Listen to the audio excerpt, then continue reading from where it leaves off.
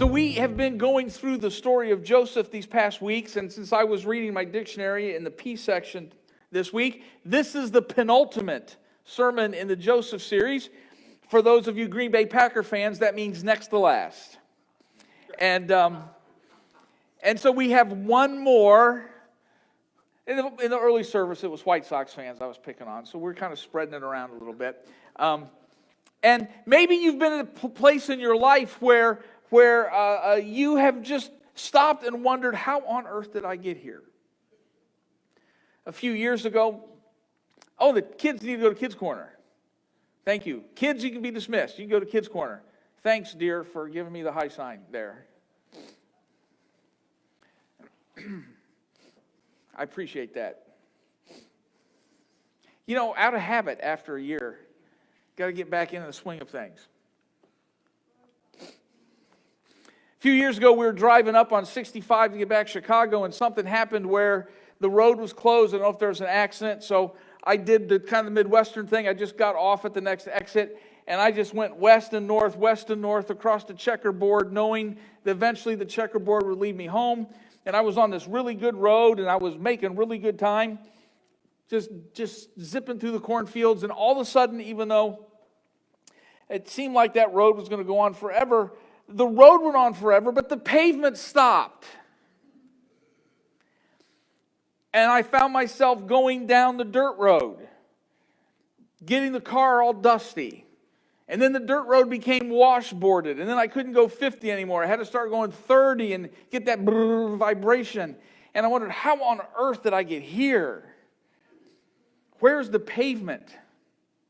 Sometimes we get to the part of life where we wonder, how on earth did I get at this place?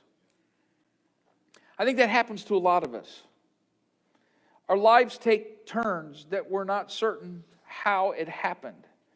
A lot of people, once you get to 35, 45, 55, and you say, is this what you envisioned yourself doing when you were 21? And they'll say, oh my goodness, no. How many people have started thriving businesses, not because they wanted to do something, but they saw something that needed to be done, and they started to do it, and everybody else liked it, and all of a sudden they unwittingly found themselves doing something. God is at work in our lives even when we don't expect Him to be. I'm going to be reading out of Genesis chapter 47. We're toward the end of the story. The brothers last week, after the reunion, had gone back home. Now they've brought their father Jacob back to Egypt. The entire family now is in Egypt. And Joseph is introducing his entire family to Pharaoh. Pharaoh asked the brothers, what is your occupation? Your servants are shepherds, they replied, just as our fathers were. And they also said to him, we have come to live here for a while because the famine is severe in Canaan, and your servants' flocks have no pasture. So now, please let your servants settle in Goshen. Pharaoh said to Joseph, your father and your brothers have come to you, and the land of Egypt is before you. Settle your father and your brothers in the best part of the land. Let them live in Goshen, and if you know of any among them with special ability, put them in charge of my livestock. Then Joseph brought his father Jacob in and presented him before Pharaoh. After Jacob blessed Pharaoh, Pharaoh asked him, how old are you? And Jacob said to Pharaoh, the years of my pilgrimage are 130. My years have been few and difficult, and they do not equal the years of the pilgrimage of my fathers. Then Jacob blessed Pharaoh and went out from his presence. So Joseph settled his father and his brothers in Egypt and gave them property in the best part of the land in the district of Ramses, as Pharaoh directed. Joseph also provided his father and his brothers and all his father's household with food, according to the number of their children. So this is the part, if you want to get a little picture, this area of Egypt is way in the north, in the Nile Delta.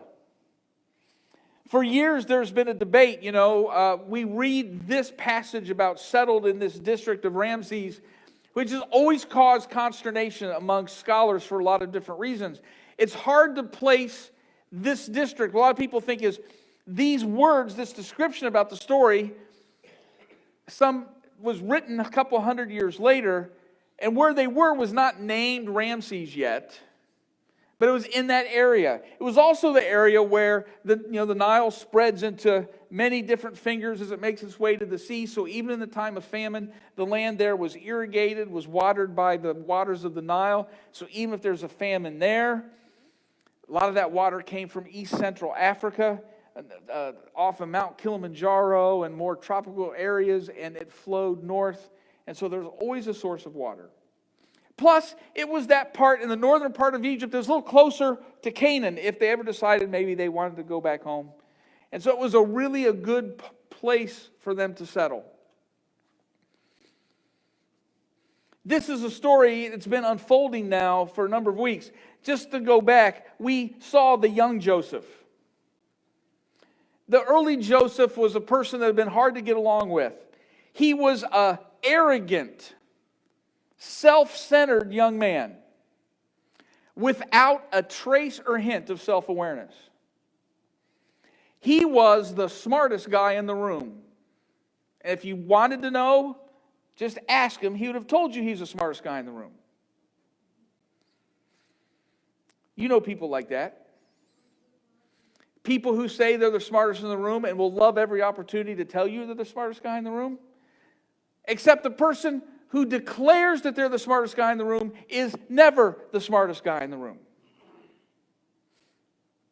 He was pampered and spoiled by a dad who also lacked self-awareness. The apple didn't fall far from the tree. What dad would lavish all this praise and attention and gifts on only one child? Especially when he's the younger child and all the brothers are older, bigger, and stronger.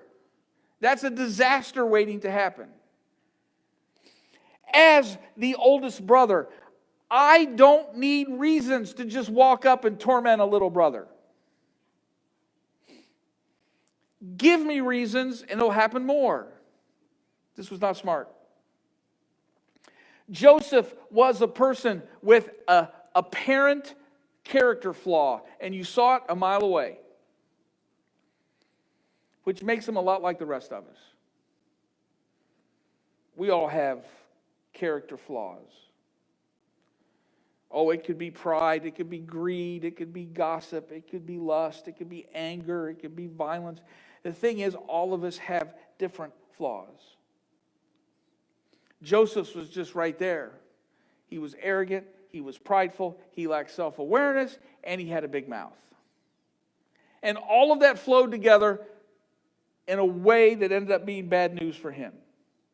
Here's the good news. The presence of a flaw does not mean that God can't use us or is disinterested in us.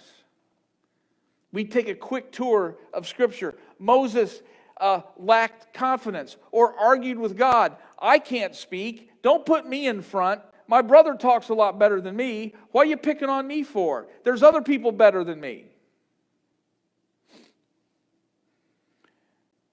Move ahead to David. David certainly liked the sting of battle and also liked other people's wives.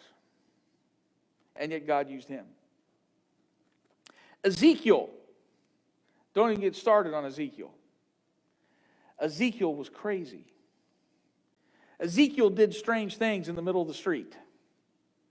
He built a little sandcastle and then laid down on his side for a year and just looked at it. What are you doing? I'm looking at the sandcastle. Why? Because I'm playing the role of God and I'm looking upon Jerusalem and have found you wanting and you need to get your life straight up. Couldn't you have just said that? That would have been better than laying on the street. Now I'll lay on the street. Paul was someone with a fiery temper and was convinced he was right. Paul would walk into a room of 100 people who thought opposite of him, and Paul would say, too bad this whole room is wrong.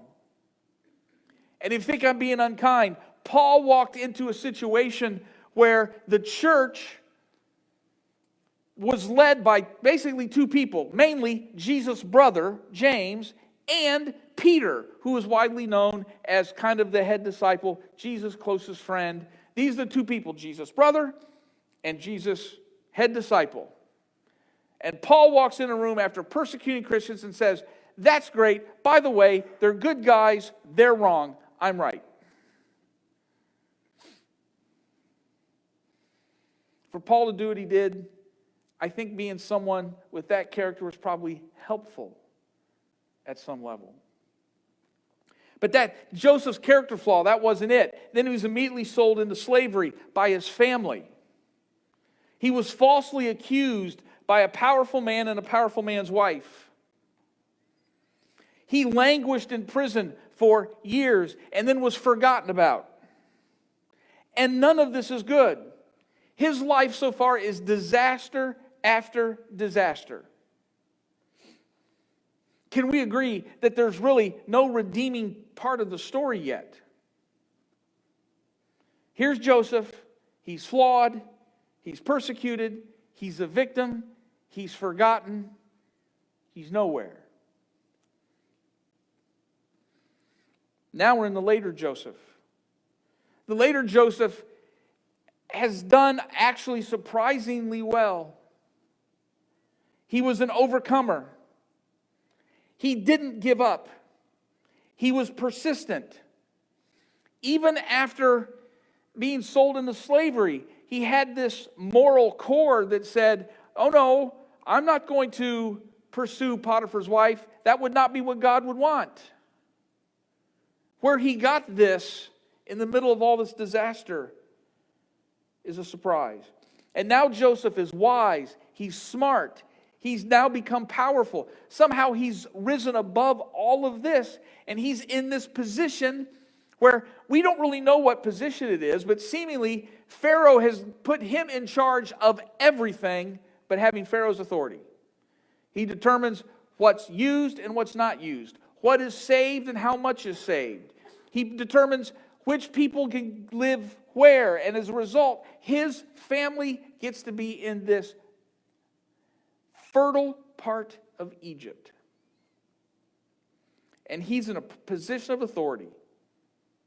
And somehow he's become more self-aware. He sees his brothers and decides, I'm not going to kill them. I'm not going to get revenge.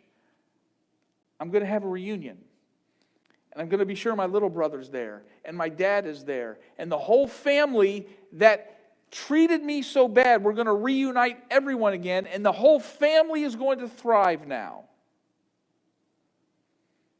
And maybe our whole people will be blessed because of what happened to me. That takes some personal strength to see beyond your own feelings and your own anger and your own bitterness. He's in a position where he can change the fortunes of others and actually create a legacy. This is the most unlikely of roads. And really, all our roads are unlikely at some level. He was a Canaanite, not Egyptian. He was sold. He was bought by Potiphar. I'm going to stop here for a second.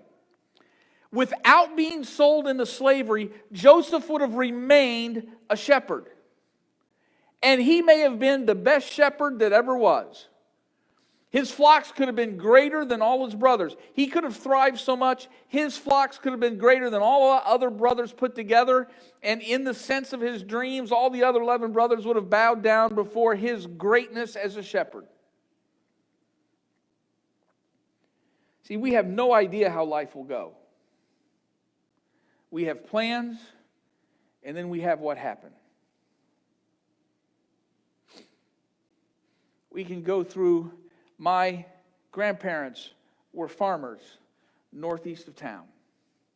And that's what they did, right up until World War II started. And then when World War II started, the federal government condemned their farm. And which means they had to sell it kind of below market prices. And what used to be their farm was turned into the largest German prisoner of war camp that existed in North America. Their life was going on, and then all of a sudden, it changed. we have no idea how some things around the bend will radically change our lives. There are times, even though we have all these plans, God has a different idea. Joseph could have been the greatest shepherd ever, but that would have been inferior to what God had in store for Joseph. So then he runs out and he meets Potiphar. Think of all the different places he could have been dropped off. All the places or all the people that could have bought Joseph as a slave. But who got him? Potiphar. Without Potiphar, there's no access to the powerful in Egypt. That bad thing that happened to him led him to the halls of the powerful. Without the false accusation, he remains the best slave in Egypt. He would have ran Potiphar's house. He would have had responsibility. He would have maintained some level of control of all the other slaves in the house. He would have ran the affairs of Potiphar. And he would have made a very good living. And let me tell you something, that's a far more honored position than one of the tens of thousands of people pulling on ropes to build the Great Pyramids or working in the mines somewhere. Sometimes God has something better for us, but the comfort of our current position entraps us. We're slaves to the paycheck. We're slaves toward the thing that we like. We're slaves toward a routine. In this case, the false accusation, and even though it led to him being in prison, prison led him directly to the court of Pharaoh. He went from the kind of the neighborhood, the proximity of Pharaoh, right into Pharaoh's court with the cupbearer and the baker. Then you have a famine. Without this famine, there would have been no reconciliation with his family. We try to avoid every unpleasant circumstance. Our mind is filled with avoiding every unpleasant circumstance. And sometimes our trials, sometimes our challenges are what directly lead us to greater things. We don't know exactly what that famine was. Maybe it was just a lack of rain, but that area typically doesn't get a whole lot of rain anyway. If you want to do some interesting study, just open up, go study the Bronze Age collapse. It's in all the encyclopedias. It's when all of these cultures, powerful kingdoms, all at the same time, just kind of failed together. They're not sure. They don't know. They don't really see that it was really caused by weather. They think it was caused by just all these cultures just deciding to do dumb things together, and the mismanagement caused them all to collapse. And you go, I can't imagine that. Well, then we've had our last year and a half here, and now we can start to imagine things like this happening on a larger scale. Each event, each trial, each tribulation was leading somewhere. With every challenge, there's an unfolding story. The only thing that really could have ended it if Joseph would have said, I give up. I give up. Giving up would have ended all of it. At no point did Joseph know or see what the road looked like. You know, all the temptations that I was talked about when I was a kid, all the big temptations of life that could derail me, the one thing that no one talked to me about is the one thing that I think often is our greatest temptation, and that is to just give up. That'll stop God's working in our life quicker than anything else. This whole story is a reminder of a verse in Romans chapter 8 that a lot of people know, memorize. Sometimes it's on a plaque in our home. Romans 8:28. And we know that in all things God works for the good of those who love Him and who have been called according to His purpose.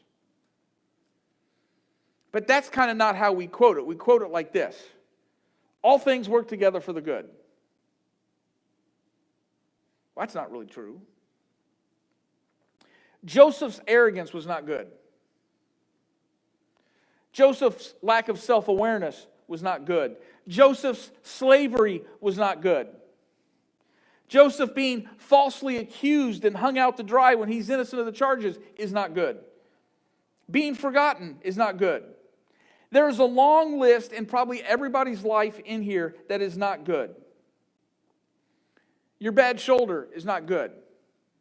The hip that hurts when it's supposed to rain, that's not good. And by the way, if you have one of those hips, I hope it's hurting really bad this week, because we need rain. There's a long list. Remember that year your business failed? Remember when you showed up for that job you liked and there was a notice on the door, this business has ceased operations? Remember when the new baby died after living just a few hours? Remember the year your home got flooded? Remember the tornado that took out half your house? None of those things are good. None of those things will ever be good. They remain challenges. This is the question. What do I do with the pile of not good in my life? See, here's what I hear. I hear this. God turns everything into good. No, that's not what this says. Bad is bad.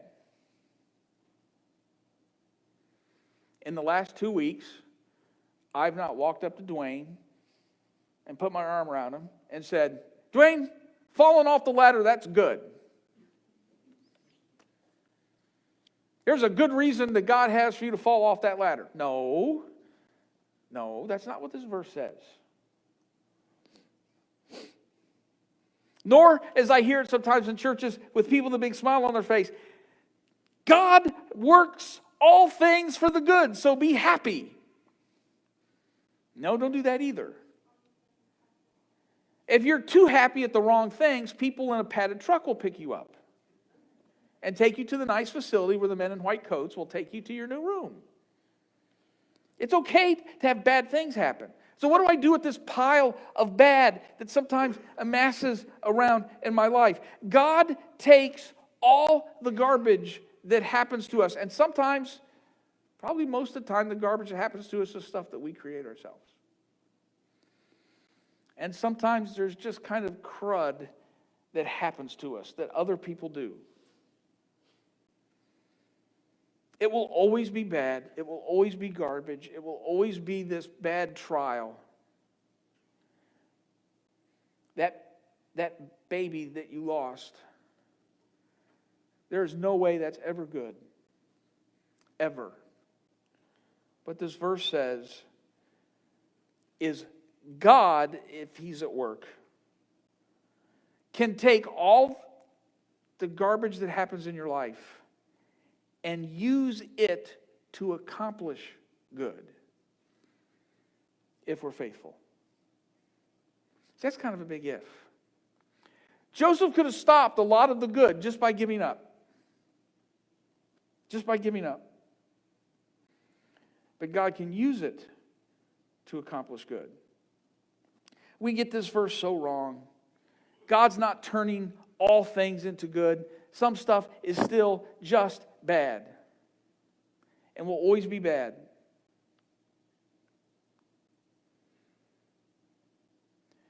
There is the viewpoint out there, and I think it's tremendously unfortunate, that what God has done is God has pre-planned and pre-designed this history of bad things that happen to you. God wanted you to get breast cancer at 32. God wanted that baby to die after 15 hours. That God designed for these things to happen. God wanted the drunk driver, or God planned for the drunk driver to hit the family. There's a lot of moving pieces to there that just don't add up. They have this idea that God is this great blueprint maker, and everything is on the blueprint. And if you say, wait a minute, maybe God doesn't have every plan for you. Like after church right now, you're going, wonder when pastor's going to stop talking because I want to get to either barbecue productions or I'm trying to think of something else, or Buffalo Wild Wings before the crowd. Can I tell you something radical? You can serve God and eat at both restaurants. And God doesn't have a divine plan, I don't think, that involves whether your lunch tomorrow will be a ham sandwich or a turkey sandwich. Because in our household, often whether I get a ham or turkey sandwich is strictly dependent upon which meat Mariano's has for sale. Not Jewel has for sale, because then our son gets really mad at us, but Mariano's has for sale. Because Adam works for Mariano's, but anyway.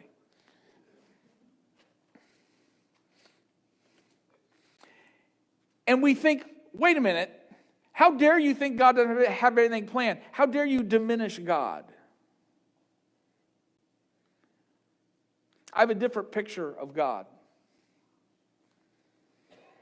In the summer, we have these rodeos. I'm not a particular rodeo fan, but I know there's these people who are absolutely crazy. They get on top of an angry, bucking bronco.